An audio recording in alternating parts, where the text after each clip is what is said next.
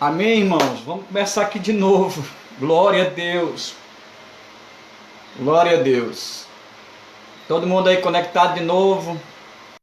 Irmão, desculpa aí, porque se eu fosse... Amém, amém. Glória a Deus, glória a Deus.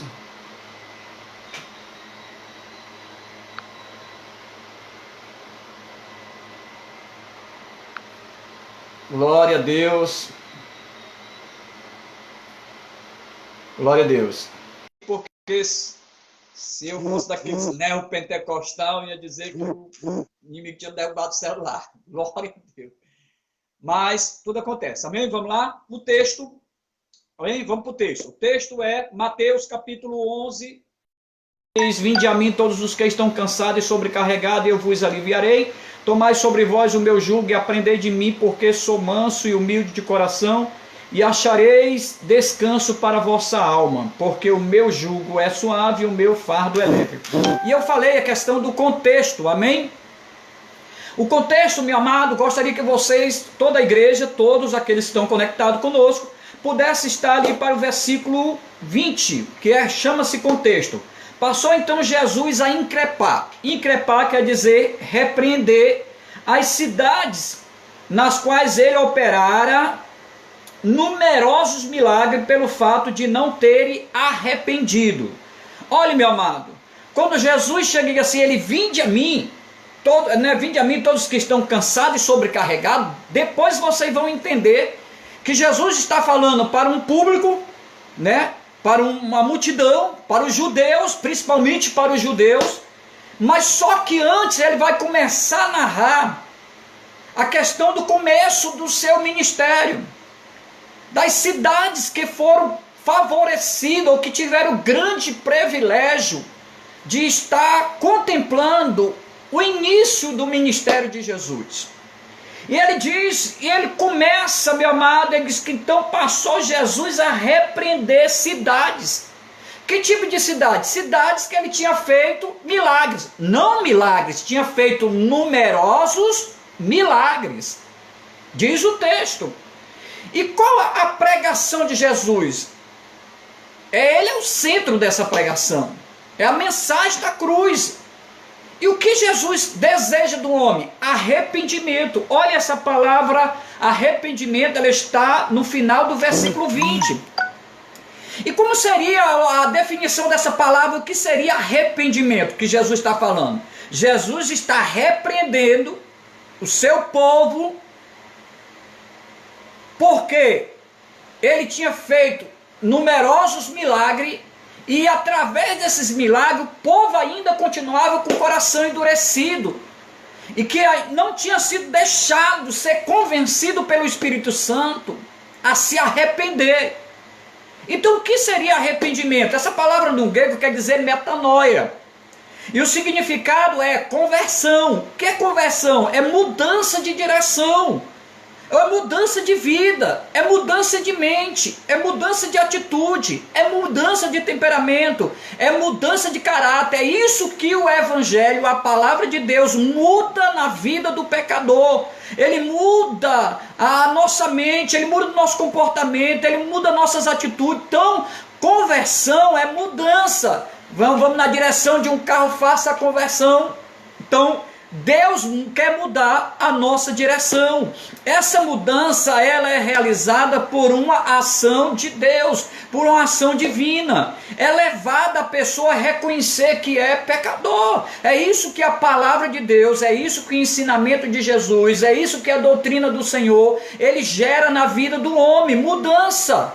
Mudança de comportamento, mudança de atitude. Então Deus deseja mudar a sua vida. Isso se chama, você se converteu?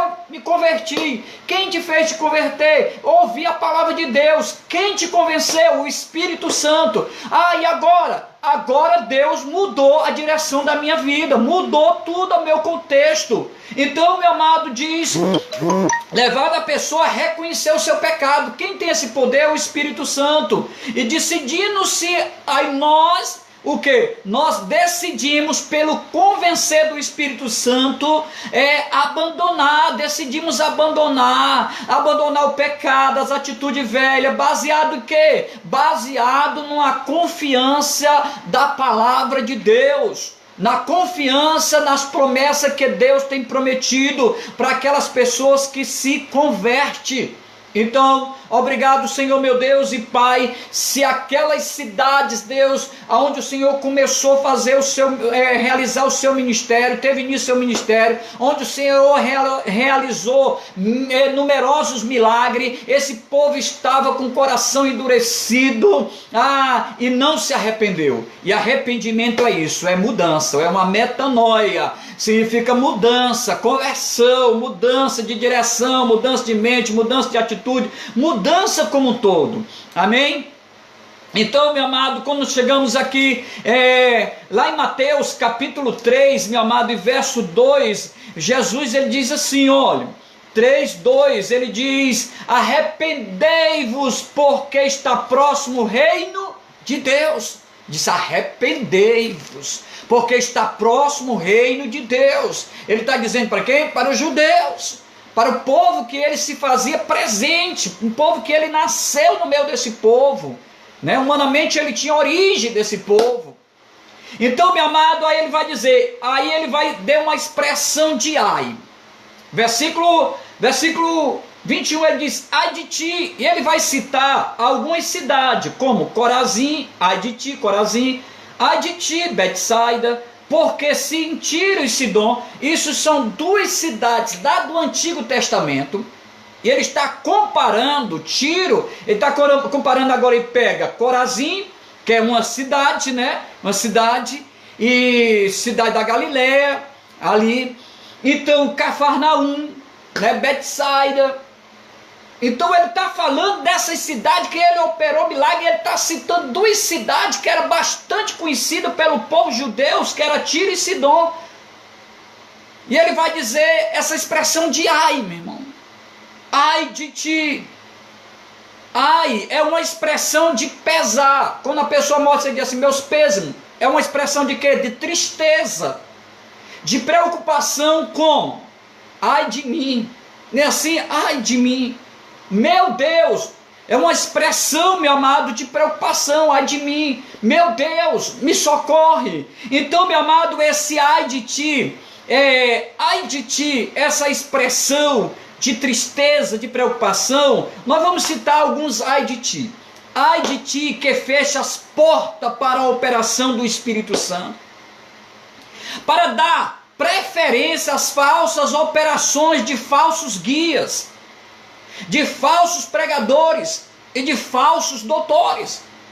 Era isso, Jesus está pregando para quem? Para o seu povo, judeus. E ele está dizendo, meu amado, ele está dizendo que ai de ti que ai de ti que fecha as portas para a operação do Espírito Santo. Mas abrimos as portas e damos preferências às operações de falsos mestres, de falsos guias, de falsos pregadores, de falsos doutores. Às vezes, meu amado, o Espírito de Deus, ele vem de uma ação maravilhosa sobre a nossa vida.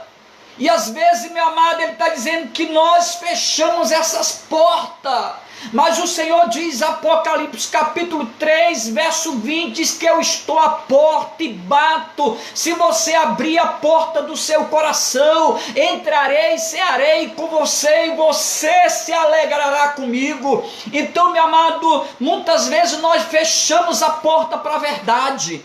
Muitas vezes, meu amado, nós fechamos, nós conservamos ai de ti que conservas a mentira no lugar da verdade. Ai de ti que fecha a porta para a verdade, mas abre para a mentira ou para aquilo que satisfaz o coração. Ai de ti que conserva a mentira no lugar da verdade. Era isso que o povo judeu estava impregnado nessa situação. E ele vai dizer: ai de ti que usa a infraestrutura da igreja para benefício próprio e diz: tem que ser assim. A igreja não é sua, a igreja é do Senhor Jesus Cristo. Não podemos, meu amado, usar da estrutura, da infraestrutura da igreja para benefícios próprios. Não, mas ele diz assim: esses falsos mestres, esses falsos pregadores, ele diz que tem que ser assim. Não tem que ser assim não, a verdade de Deus é outra. A verdade de Deus é uma palavra que gera o alívio, não é algo pesado, não é algo que começa a enfadigar a vida do homem, mas é algo que a palavra de Deus gera liberdade, gera confiança, gera certeza. E a maior ação de Deus é trazer o homem do cativeiro para a liberdade, e Jesus quer te dar a liberdade. Ele diz: ai de ti que permite no lugar santo de adoração ao Senhor exibições de atos exorcistas de demônio, ou exorcismo demoníacos. Meu amado, a casa de Deus é casa de adoração. Sim, a palavra de Deus, quando está sendo pregada, ela vai gerar vida, ela vai gerar libertação. Mas não podemos usar o lugar santo para espetáculo ou dar o tempo para exibições de demônios, porque a casa de Deus é casa de adoração, é casa de oração. Ele diz: ai de ti que vê o argueiro no olho do teu irmão e não enxerga o pedaço de pau ou a trave que está no teu próprio olho. Ai de ti, Corazim, ai de ti, Betsaida. Com certeza Jesus Cristo virá. Te prepara, igreja. Deus tem feito sinais na sua vida, Deus tem feito sinais na tua casa, Deus tem feito sinais sobre nossas vidas, e os sinais de Deus seguirão os que crêem. Aí no versículo 20 ainda ele vai dizer: Galileia. Ei, meu amado, essa Galileia é uma região, estou falando das operações de milagre do Senhor, onde ele começou o seu ministério, começou a se realizar os seus milagres. E ali, meu amado, nós percebemos que esse povo, ele tá dizendo que se em Tiro e Sidom, duas cidades que foram julgadas, né, como Sodoma e Gomorra foram julgados, tiveram juízo, tiveram uma sentença de Deus. Se houvesse todos esses milagres nessa cidade, essa cidade ainda existia, o Senhor tinha poupado. Mas ele vai dizer: Galileia é uma região situada ao norte de Israel, conhecida por grandes milagres. Jesus viveu na província cerca de 30 anos. Teve mais 30 anos dos seus ministérios, principalmente nas cidades de Nazaré, de Cafarnaum. Todo o ministério de Jesus foi em Jerusalém, na Galileia, na Judéia, passando pela cidade de Cafarnaum, né, da Galileia. Então ele percorria por todas as regiões, pregando o evangelho, ensinando nas sinagogas e curando enfermo. Isso nós somos conhecedores, igreja. Nós conhecemos Bíblia, nós sabemos que isso é uma realidade no ministério do Senhor Jesus Cristo. Milagres que Jesus realizou na Galileia. Nós podemos ver, meu amado, que ele transformou água em vinho. Está lá em João capítulo 2, verso 5 a 10. Ei, da pesca maravilhosa que Pedro, João, Tiago passaram a noite pescando. E ali eles estavam lavando as redes, porque isso é necessário. Eu ouvi uma ministração e dizia isso: meu amado, joga a rede, tira a rede, lava a rede para jogar a rede. E às vezes nós estamos com as redes, pescamos, não pegamos nada e guardamos as nossas redes sujas. E está na hora de lavar as redes, para que quando o Senhor determinar a jogar novamente as redes, para que possamos ter êxito em nossas pescarias, ou êxito naquilo que você sonha, a rede possa estar limpa. E a rede é a nossa vida. Então Jesus manda jogar rede, agora a pesca é maravilhosa, que os pescadores Pedro não consegue arrastar a rede para cima do barco, ele faz sinal novamente para que venha o outro barco que estava lá ao seu lado, venha lhe ajudar. Então quando Deus te abençoa, irmão, chama o teu irmão para compartilhar da bênção, não fica só para você não, chama o seu irmão, compartilhe da bênção com ele. Então Jesus Cristo, olha os milagres que Jesus fez aqui na Galileia. Transformou água em vinho, fez uma pescaria maravilhosa, dizendo para Pedro, Tiago e João que jogassem as redes, e pegou mansidão de peixe que quase os barcos iam a pique. Depois, meu amado, nós temos a cura do oficial de um rei. Esse estava lá em Cafarnaum, meu amado, e diz que Jesus vinha da Galileia para a Judeia. Ele soube que Jesus vinha, ele foi de encontro para Jesus e disse: meu filho já morreu, está morto. O Senhor disse: volta, porque o teu filho já vive.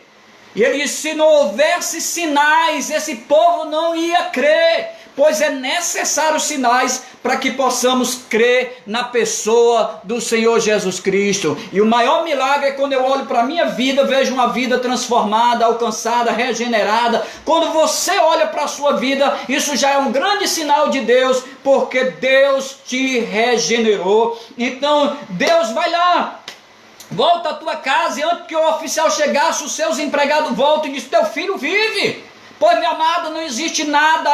A Bíblia diz que se você crê, ainda que esteja morto, viverás. E nossos sonhos não podem morrer. Depois Jesus cura a sogra de Pedro. Olha que tamanhos de milagre que Jesus fez nessas regiões. É a ressurreição do filho da viúva de Naim. Essa mulher tinha perdido o marido, agora perdeu o seu filho. O que seria dela? Ela estava indo ao cemitério. Quando na saída da cidade, Jesus Cristo vem com seu cortejo. É o cortejo da morte saindo, é o cortejo da morte, da vida entrando. Ei, meu amado, nós podemos ver nesses últimos dias o cortejo da morte. A cada momento se noticia aí cada família perdendo seus entes queridos. Nós perdemos os nossos entes queridos da nossa profissão, do seu local de trabalho, dos seus vizinhos. Nós ouvimos notícia, mas eu quero dizer que o Senhor Jesus Cristo está entrando com o cortejo da vida na nossa nação, em nome do Senhor Jesus Cristo, entrando com o cortejo da vida na tua casa. Essa mulher não tinha mais esperança, mas a esperança é Jesus Cristo. Aleluia. Jesus acalma a tempestade. Outro milagre: Jesus acalma a tempestade. Ei, meu amado, Jesus acalma a tempestade. Jesus estava ali perto do mar da Galileia, ali na Galileia. Ei, meu amado, ele subiu no barco depois de um dia de pregação, de trabalho evangelístico, estava cansado, o vento era o contrário, batia, e os discípulos não conseguiam tirar toda a água do barco. Vai acordar o mestre, e o mestre disse: homem de pouca fé, dá ordem, e a tempestade passa, os ventos se acalmam. Após, meu amado, a tempestade vem bonança, dê glória a Deus. A multiplicações dos peixes, o Senhor está ainda na Galileia, o Senhor está no seu ministério. A multidão segue por causa dos sinais, do milagre, da cura, da libertação. As pessoas vinham, ele era contra a multidão, seguia. Os seus discípulos querem despedir aquela multidão. O Senhor: não, o que nós temos? Nós temos 5 peixes, 5 pães e 2 peixes. O Senhor levantou e ofereceu ao Senhor, orou, e o Senhor multiplicou, e não sobrou cestos e mais cestos de pão e de peixe. Todos foram alimentados. Sabe quem pode alimentar e quem pode saciar a sua fome? Jesus é o pão da vida. Aleluia. Jesus andou sobre as águas. Está lá em João capítulo 6, verso 16 e 21. Ei, meu amado, diz que após um dia também de evangelização, diz que os seus discípulos pegaram o barco e saíram no mar da Galileia, para o outro lado da Galileia. E diz, meu amado, que eles já tinham andado de 25 a 30 estádios. Eu estava ouvindo essa questão de estádio, mais ou menos aproximadamente 178 metros. Agora multiplique por acredita que vai dar 5.340 metros, ou mais de 5 quilômetros. Eles haviam deixado Jesus Cristo, eles pegaram o barco e foram, diz que Jesus andou aproximadamente de 25 a 30 estádios, ou 5.340 metros sobre as águas. Quem é esse que pode andar sobre as águas? É Jesus de Nazaré. E quando eles avistam Jesus, já era anoitecendo, na virada do dia para a noite, eles ficaram temerosos, e o Senhor disse: não tenha medo, sou eu.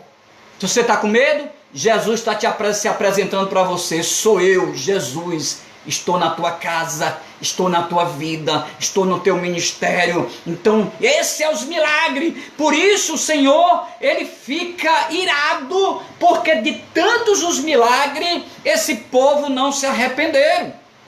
Ele vai dizer: Corazim, no versículo 21 lá de ti, né, que nós estamos lendo, e Corazim, juntamente com Betsaida e Cafarnaum, foram denominadas no Evangelho como cidade, mesmo que sejam pequenas aldeias, nas quais Jesus realizou prodígio, como nós acabamos de citar.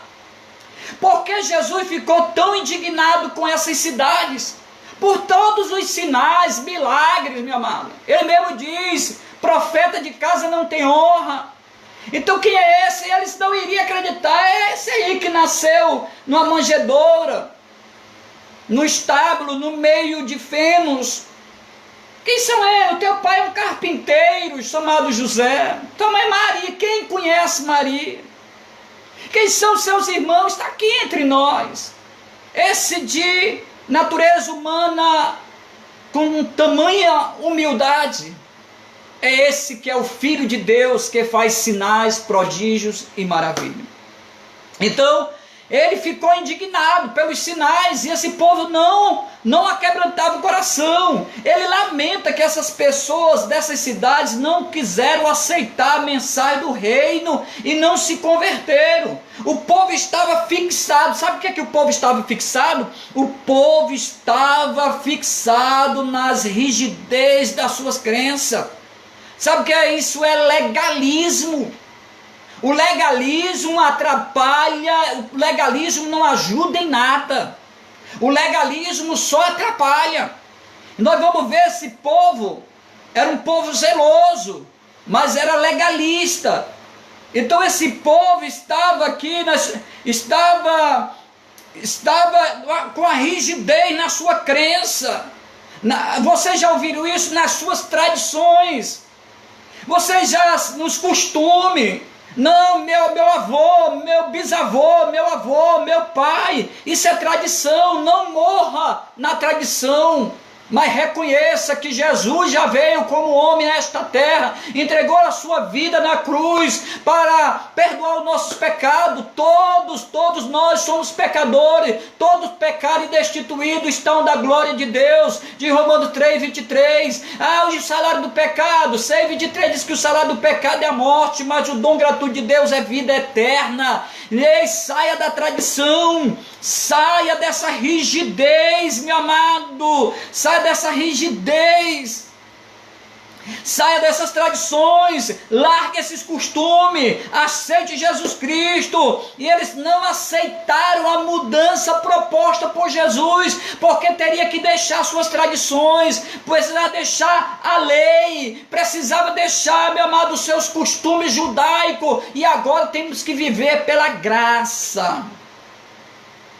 Aí Jesus diz assim, Jesus compara todos esses sinais, compara as duas cidades de Tiro e Sidom, que no passado foram amaldiçoadas pelos profetas. Você pode ler lá em Isaías capítulo 23, verso 1, Jeremias 25, 22, pode ler Ezequiel capítulo 26, e Amós capítulo 10, vai falar dessa cidade. Eu não vou falar agora dessa cidade, nós sabemos que essa cidade eram as cidades comerciais. Eles ficavam numa ilha, né? A ilha ali no norte do mar Mediterrâneo, que hoje é Líbano, é a cidade de Beirute. Então essa era a localização, e eles tinham um privilégio, era a cidade privilegiada, porque nas suas costas cheia de montanhas, não tinha como o inimigo lhe atacar, e era um porto muito comercial. Eles fabricavam vidros e tinham um livre acesso no comércio até com o Egito, com outras cidades. Ele reverenciava. Ele disse que ele era cidade qual dava coroas a príncipe.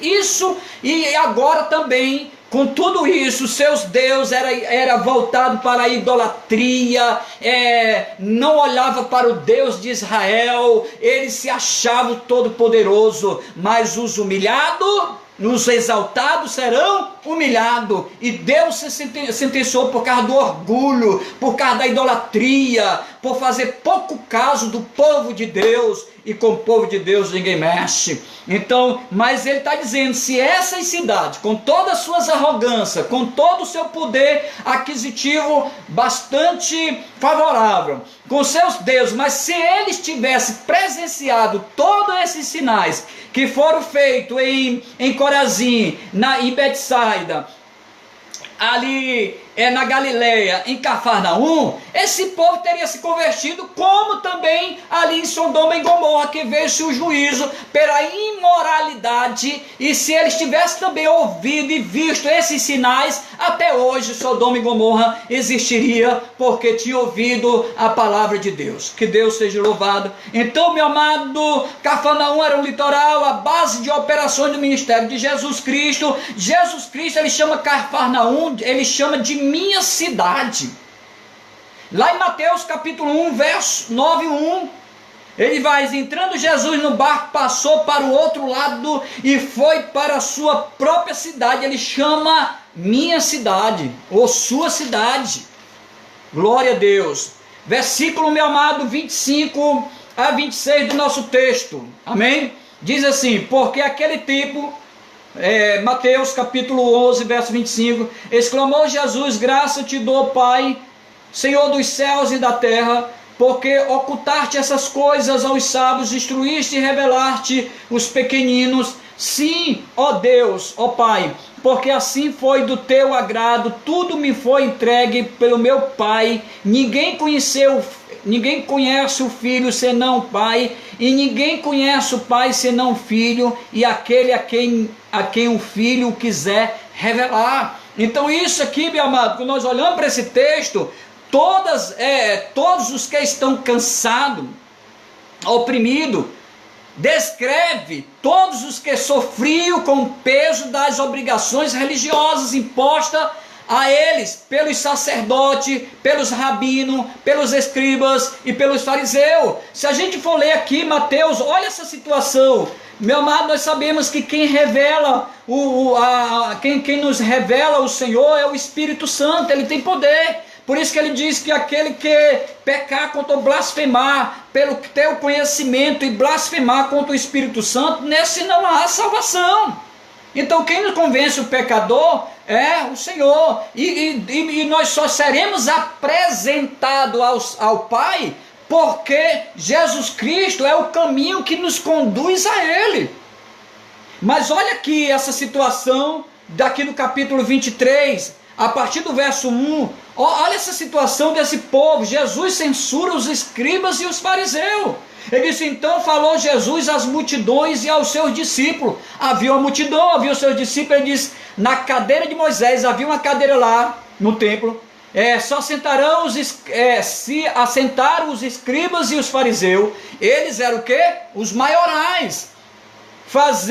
Ele diz: fazei e guardai, pois tudo quanto eles vos disserem, porém não os imitais nas suas obras, porque diz e não faz. Ele diz: pode cumprir a lei foi dada, foi para se cumprir mesmo, mas não imitais esses homens, porque eles são fariseus, são hipócritas, são mentirosos. Olha a questão mais, atos fardos. Olha isso, Jesus está fazendo me compreenda, Jesus está fazendo todos esses sinais que nós acabamos de narrar, os milagres, amém, os milagres, tudo isso Jesus está fazendo. E agora, meu amado, eles preferiam estar nessa situação, sob esse jugo pesado. Esses eram o ensinamento. Ele disse: a lei você pode cumprir, mas não imitais.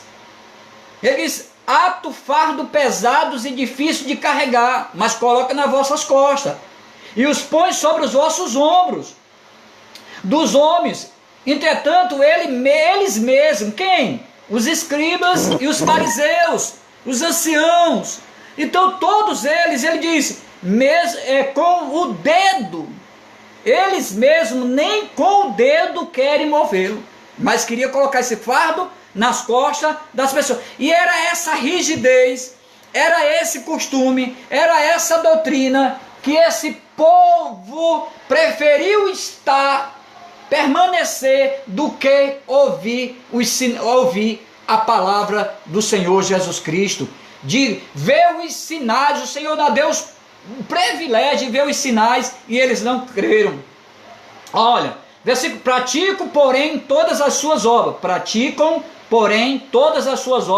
com o fim de serem vistos hipócritas pelos homens, pois alargam os seus filectários. Era uma caixinha com versículo, com as cordas, eles alargavam essa caixa, alongavam as suas franjas, eram as bordas das suas vestes, para ser visto.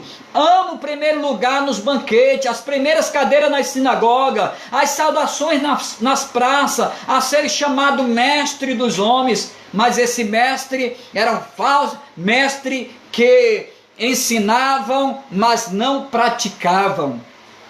Vós, porém, não sereis chamados mestres, porém, um só é o vosso mestre, e vós todos sois irmão, que é o nosso mestre, Jesus Cristo. A ninguém sobre a terra chamei vossos pais, porque um só é o vosso Pai, aquele que está nos céus. Quando nós chamamos essa questão, não é que nós não temos um pai biológico, não é nesse sentido. Porque na terra nós temos um pai biológico, mas o Pai como Salvador só existe um, aquele que está nos céus. Nem sereis chamados guia, porque um só é o vosso guia, que é o nosso guia, o Senhor Jesus Cristo. Ele é o caminho, a verdade e a vida. Ninguém vem ao Pai a não ser por Ele. Nem sereis chamados guia, porque um só é o vosso guia, Cristo. Mas o maior dentre vós será o vosso servo. Olha aí o que é contraditório. Para eles eram os primeiros lugares, ser chamado de mestre, tudo isso. Mas Jesus Cristo, para os meus seguidores, para os meus filhos, quando você quiser ser o maior, seja servo de todos, seja o menor. Quem a si mesmo se exalta, será humilhado. E quem a si mesmo se humilhar, será exaltado. Obrigado, Deus, porque nós nos humilhamos na Tua presença. E que Deus possa nos honrar, nos ajudar, nos guiar, nos fortalecer nessa caminhada. Então essa era a situação, que esse povo, vendo todos os sinais, não quiseram se converter. E o nosso tema é esse: vinde a mim. E o texto que nós acabamos de ler, o nosso texto é Mateus, texto áureo, é esse Mateus capítulo 11, versos 28, 29 e 30, que nós chegaremos agora. Ele diz: vinde a mim, vinde a mim. A primeira coisa, meu amado, clara nesse texto, meu amado, é a clareza de Jesus. É claro. Quem que está te chamando? Jesus Cristo. Ele diz: vinde a mim. Isso, meu amado, ele está demonstrando para as pessoas, que essa multidão, que os judeus deveriam ir até a ele. Vinde a mim. É isso que Jesus está chamando. Se você ler o capítulo, como nós acabamos de ler, Mateus 23, como esses líderes, esses mestres, como eles jogavam um fardo pesado. Mas isso, meu amado, o povo se acostumou com a tradição. Não quiseram dar crédito à palavra do carpinteiro chamado Jesus de Nazaré. E Jesus, meu amado, é claro, ele diz: vinde, ei, multidão, ei, meu filho, vem até Jesus. Ele diz: vem até a mim, ou vá até Jesus. Essa indicação de Jesus, meu amado, nos demonstra aquilo de que Jesus disse dele mesmo. Lá em João capítulo 14, verso 6, respondeu-lhe Jesus: vinde a mim, eu sou o caminho, a verdade e a vida, ninguém vai ao Pai não ser por mim. Jesus sabe exatamente quem Ele é e o tipo de mudança que Ele tem para fazer, para realizar em nossas vidas. Quem que conhece a sua vida melhor do que você? É Deus, é Jesus, é o Espírito Santo. Então Jesus, ele sabe exatamente o que você está precisando. Jesus é o tipo, ele quer fazer um tipo de mudança que às vezes pode ser dolorido, mas, meu amado, não é tão dolorido, porque quando ele está agindo, ele está colocando azeite, ele está trabalhando com azeite sobre as nossas feridas que o pecado nos ocasionou, e só Jesus cura essas feridas da alma, do espírito, e não deixa cicatriz. Ele gera um novo homem, uma nova mulher, um novo ser, para nós sermos chamados filhos de Deus. Aleluia! Jesus começa o seu ministério chamando pecadores ao arrependimento, chamando os líderes judaicos ao arrependimento, chamando os judeus ao milagre da ressurreição, do arrependimento. Ei, meu amado, certamente Jesus não está falando aqui conosco. Olha, esse versículo é o versículo 28. Certamente Jesus não está falando aqui do cansaço físico. Vinde a mim todos que estão cansados e sobrecarregados. Ele não está falando dessa questão do cansaço físico, porque tantas vezes nós damos desculpa para não ir à casa de Deus, mas o Senhor está falando do cansaço, meu amado, espiritual. Ele está falando do cansaço espiritual. Do cansaço do qual Jesus está se referindo é espiritual, é o cansaço da alma, é o cansaço do espírito, é a fadiga, meu amado, que a religiosidade tem nos ocasionado, as tradições têm nos ocasionado em nossas vidas. Ei, meu amado, é o cansaço que o legalismo tem sido colocado sobre nossas vidas. Ele quer lhe aliviar desse legalismo, dessas falsas doutrinas. Ei, meu amado, ele quer nos libertar, meu amado, das mudanças, para nos libertar da mudança de nossas atitudes, do mal, do pecado, das tradições. Jesus quer te libertar a alma. Jesus está se referindo, meu amado, se referindo ao peso que os religiosos, quem eram religiosos? Os escribas, os fariseus, os mestres da lei, os rabinos, anciãos, estava colocando sobre, não era a lei em si, não era a lei racional que o Senhor deu ali a Moisés no Monte Sinai, não, era aquilo que o judaísmo criou. Era os seus legalismos, era algo pesado. Então Jesus está falando aqui, ele está aqui se referindo ao peso da algo religioso. Lê Mateus 23, o versículo 1 ao versículo 12, você vai entender como eles não tinham, como eles colocavam esses fardos pesados sobre os ombros. Ei, aquelas pessoas, e que muitos continuam colocando hoje em dia. Nós somos salvos pela graça, meu amado, mediante a fé em Cristo Jesus. Não existe mais algo a acrescentar na nossa vida. O que nós precisamos acrescentar em nossas vidas é o acréscimo, e esse acréscimo é gerado, sabe por quem? Pelo Espírito Santo de Deus. É Ele que gera santidade em nossas vidas, e essa santidade nos gera quando nós passamos a meditar na palavra de Deus, orar, estar envolvido na obra do Senhor, jejuar, repudiar o pecado, estar mais em comunhão e mais próximo de Deus. Esse sim, a ajuda quem dá é o Espírito Santo. Esse sim, meu amado, que nós deveríamos correr com medo do pecado, de estar sujo, mas estar mais próximo de Deus. Corra para os braços do Senhor nesta noite. Aleluia. Hoje em dia, meu amado, existe muitos fardos pesados que eu não quero me deter a falar aqui, porque não queremos nos deter nisso, tá bom? Amém? Mas vocês conhecedores que quantas religiões nos deseja colocar um fardo pesado. E Jesus Cristo às vezes chama esses fardos pesados de sacrifício de tolo. O que é sacrifício de tolo? Sacrifício que não agrada a Deus. Qual é o maior sacrifício, meu amado? E não é sacrifício. O sacrifício é rejeitar esse pecado, porque gera dor, mas aceitar Jesus Cristo refrigera a nossa alma e gera alegria. Amém? A terrível opressão em que vivemos, debaixo de proibição sem sentido, rituais vazios, de existência que não leva a leveza a Deus, ou o homem chegar diante de Deus leve. Não, meus amados, essas opressões, elas só oprimem, elas só maltratam, e debaixo dessas proibições, nada pode, tudo é pecado, sem sentido, de rituais vazios, de existências que não levam o homem a se apresentar diante de Deus, mas ao peso das doutrinas de homem.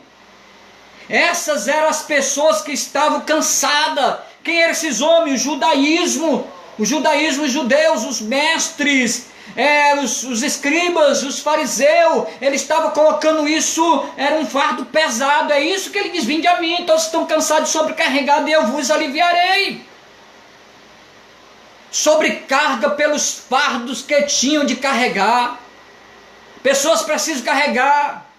Pessoas, meu amado, que às vezes, meu amado, fazem cada aberração pensando que está agradando a Deus. Já vi pessoas carregar pedra na cabeça. Já vi tantos absurdos, meu amado. Pergunte a Deus, ou a Bíblia diz que o homem erra por não conhecer as Escrituras nem o poder de Deus. Passe a ler a palavra de Deus, procure a ler os ensinamentos de Jesus. Jesus se irrita pelo que o seu povo, essas cidades que ele teve o seu ministério, viveu 30 anos, teve mais ministério de 3 anos, fazendo sinais, fazendo maravilha, e esse povo preferiu ficar sobre uma carga dos fariseus, sobre a carga que os escribas estavam impondo sobre eles. Então, meu amado, de forma alguma alivia os seus, de modo algum, meu amado, você pode perceber que de modo algum essa sobrecarga vai aliviar o seu espírito, porque existe um vazio, e este vazio que está dentro de você só é preenchido por Deus. O vazio que você tem dentro de si, ele é do tamanho de Deus.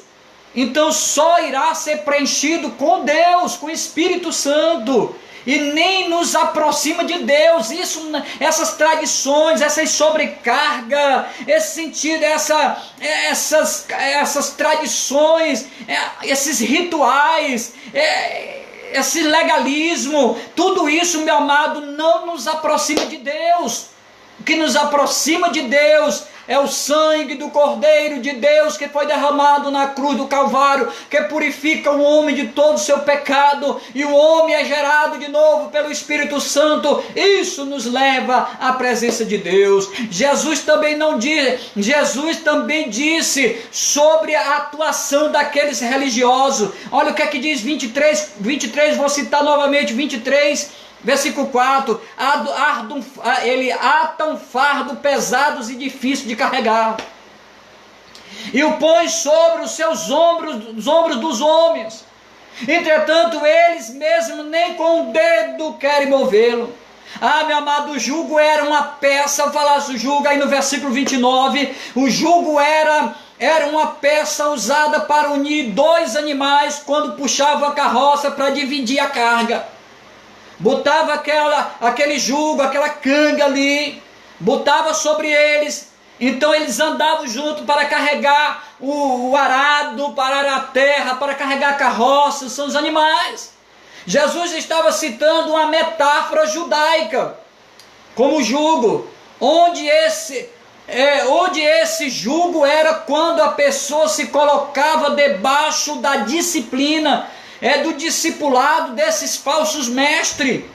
Isso ele está comparando como se fosse esses 2 animais carregando uma carroça ou um arado.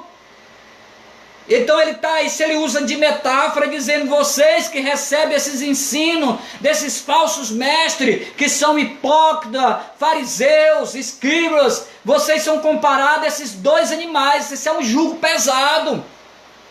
Carregar uma carroça, meu amado, carregado, arar uma terra só para os animais. Esses animais, ele está dizendo: vocês estão comparados a essa canga, esse ensinamento deles, essa canga que está sobre vós, que está sobre vossos ombros. E nesse sentido, aqueles líderes passavam a vida, melhor, meu amado, aqueles mestres, no sentido de aqueles líderes, passavam a vida deles trazendo sofrimento ao invés de bênção. Não tinha negócio de ser abençoado, não, meu amado. Era só trazia carga, sofrimento, ao invés de ministrar a bênção. Mas Jesus estava ministrando a bênção sobre aquele povo, e eles se recusaram a se arrepender, porque a tradição, o costume dos seus pais era esses. Nesse sentido, Jesus demonstra que ele poderia oferecer a verdadeira doutrina. Doutrina da salvação, doutrina da graça, aquele que levaria o pecador ao Pai, a salvação pela graça, que alivia os seus corações, que traz o alívio, que traz o azeite através do perdão. Você quer ser perdoado nesta noite? Se curve diante do Senhor Jesus Cristo, e Ele vai te dar um fardo leve. Que era, Jesus dizia assim: alivia o coração. Jesus nos alivia o nosso coração. Seu coração está amargurado, só Jesus, o Espírito Santo, pode te aliviar. Através da operação, através do perdão, através do agir de Deus, que era leve, tirando a culpa, tirando esse peso da culpa, tirando o peso do pecado, trazendo a pessoa uma nova vida. Quem pode te dar nova vida? O Senhor Jesus Cristo. Só Ele pode te dar uma nova vida. Ele vai gerar de novo uma nova pessoa. Ele vai mudar tuas atitudes, a tua mente, teu comportamento, teu caráter. Isso é arrependimento, isso é conversão. Se converta nesta noite. Aleluia. Vamos para o versículo 30. E acharei descanso para vossas almas, somente, meu amado, debaixo do jugo de Cristo, ou seja, debaixo das suas orientações. Deixa o Espírito de Deus te orientar, deixa o Espírito de Deus ser essa segurança. Nós estamos vivendo, meus amados, num momento de insegurança. Eu estou falando da insegurança, não da violência, mas eu estou falando da insegurança que este vírus tem nos ocasionado. E os líderes dos governos, seja ele federal, do estadual, seja o líder da nossa nação, seja os governadores, seja o prefeito, vereadores, seja os médicos, a medicina, os cientistas, havendo uma insegurança no mundo, porque esse vírus nos causou esta insegurança. Não tem ainda um antídoto, não tem uma vacina que possa combater. Tem remédios que estão combatendo ou mediando essa situação. Mas eu quero dizer, meu amado, que Jesus Cristo, o Senhor, o Espírito Santo, é a nossa segurança, é o nosso porto seguro. Poderemos caminhar. E nós estamos caminhando com Jesus, e tem uma promessa para esses que caminham com Jesus, é a vida eterna, porque ele diz: eu sou o caminho, a verdade e a vida, ninguém vai ao Pai a não ser por Ele. Caminho de paz, há uma segurança, mas quando nós estamos com Jesus, com o Espírito Santo de Deus está sobre nós, nós temos um caminho de paz. Versículo 30 ainda diz: Jesus não está falando aqui que a vida cristã é uma vida fácil. O que ele está demonstrando que os ensinamentos de Jesus conduz o homem pecador, ao arrependimento e aos braços do Pai. É isso que ele está dizendo, ele diz, vinde a mim, porque sou manso e humilde de coração, e acharei descanso para as vossas almas. Que é isso? Descanso para a alma, vida eterna. A lei, por mais severa que ela fosse, os ensinamentos dos fariseus, dos escribas, era um fardo pesado que não conduzia o homem a Deus. Mas chegou o filho do carpinteiro chamado Jesus de Nazaré. Ele está dizendo que pela graça sois salvos mediante a fé, isso não vem de vós, é um dom de Deus. Ele está dizendo que ele é o caminho, ele está dizendo que que ele é um dos caminhos. Muitas pessoas acham que todos os caminhos levam a Deus, não leva. Jesus que está dizendo que eu sou o caminho. A sua religião, a minha religião, também não leva o homem a Deus. Quem leva o homem a Deus se chama Jesus, o Filho de Deus, o Messias, ungido de Deus. Esse leva o homem a Deus, porque ele está dizendo, eu sou o caminho, eu sou a verdade. Então, eu sou o caminho, a verdade e a vida. Então, passaremos a ter vida quando nós entregamos a nossa vida a Jesus. Então, esse caminho cristão, de cada um de nós, essa caminhada, deve seguir o vinde a Jesus. Ou deve seguir, cada dia, estar mais perto de Jesus. E Jesus te chama hoje, vinde a mim. Por isso que ele está dizendo, vinde a mim. Vinde a mim. O Espírito Santo nos ajudará em nossa caminhada. Ah, ser crente, ser cristão, ser seguidor de Cristo é difícil? Não, irmão. Nós temos um Senhor, nós temos o Consolador, nós temos o Deus que vive e reina de toda a eternidade, que vai te ajudar nessa caminhada, nos seus desafios. Nós vivemos uma vida de desafios. Seremos mais do que vencedores em nossos desafios em Cristo Jesus, bem diferente das opressões deste mundo, que nos leva a um sofrimento terrível e a total distância de Deus. O mundo está nos oprimindo, levando-nos um sofrimento terrível, de uma total distância de Deus. É o mundo. Quando eu falo do mundo, pecado. Estou falando do mundo sistema, não estou falando do mundo cosmo, estou falando do mundo sistema, nos oprime. Eu vejo, meu amado, que essa pandemia, meu amado, sempre falo isso, mas ela é uma consequência do pecado do homem e permissão de Deus para despertar o homem que foi criado à imagem e semelhança de Deus. O homem não quer saber mais nada de Deus. O homem cada dia se distancia, o pecado, a ganância, as finanças, as aventuras deste mundo. Ela te distancia de Deus, mas quem te aproxima de Deus é Jesus de Nazaré.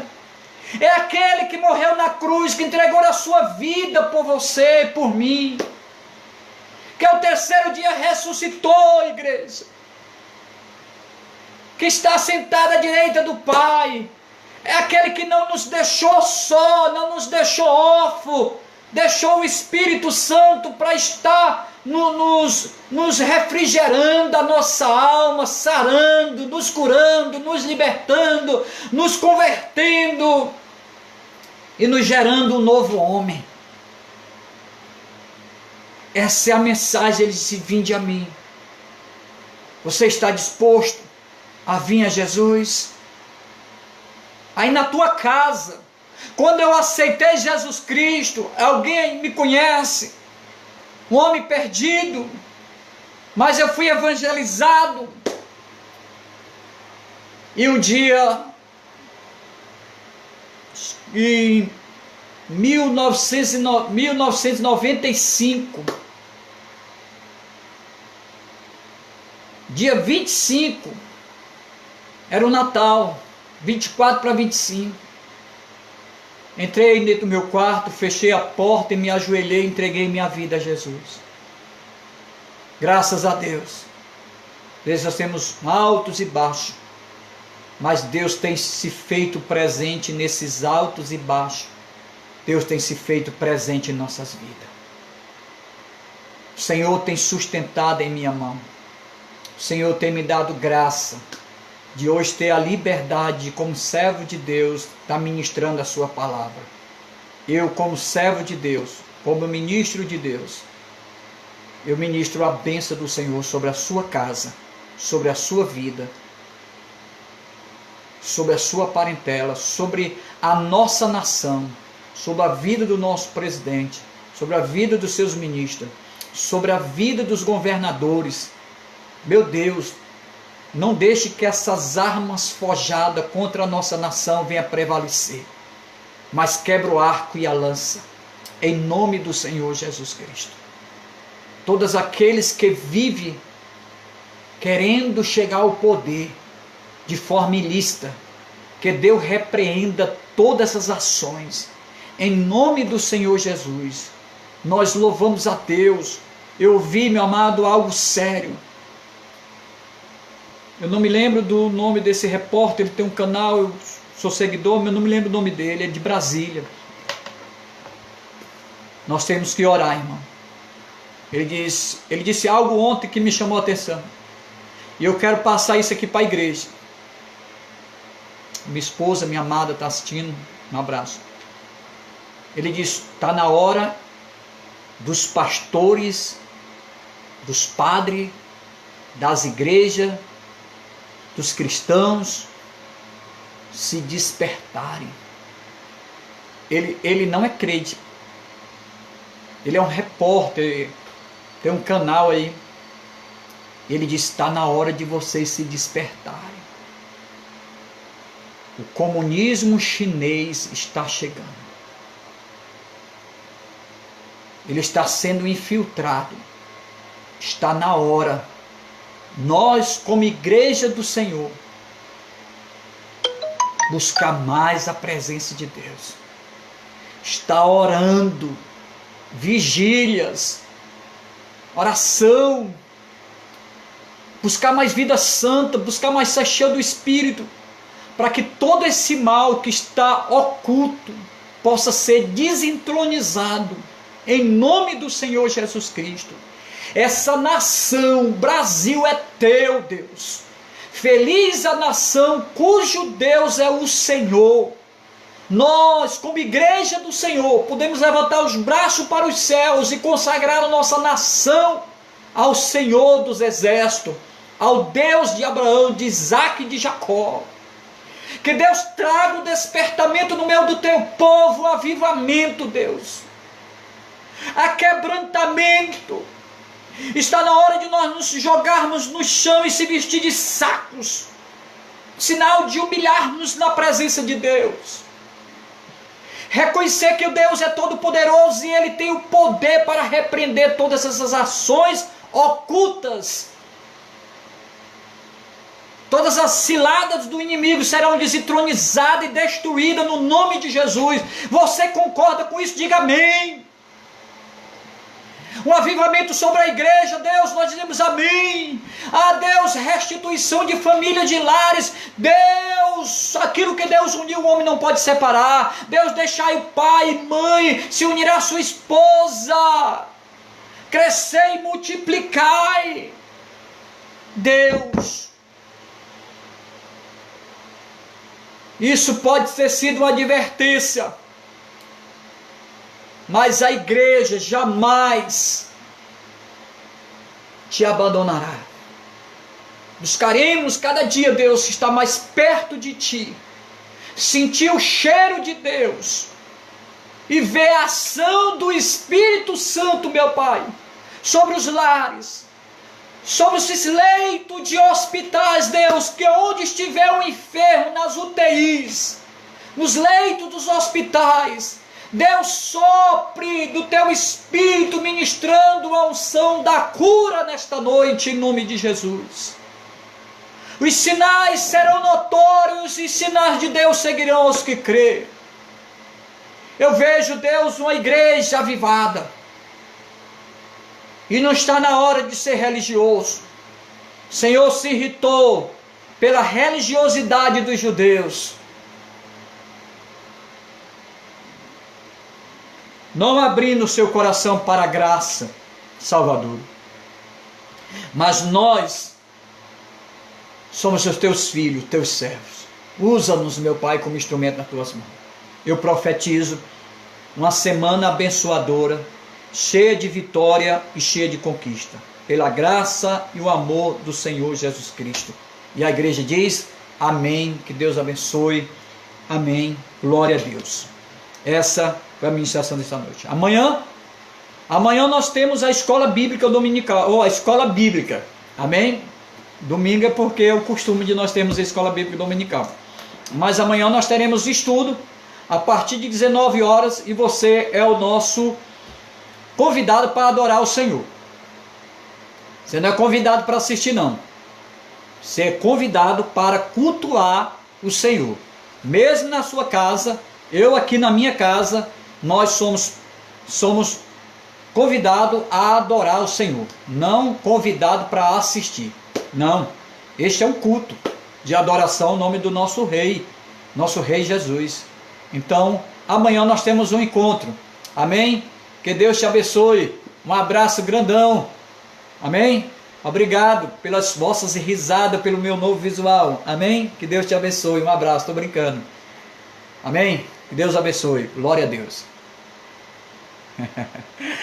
Amém, Rose. Glória a Deus. A paz.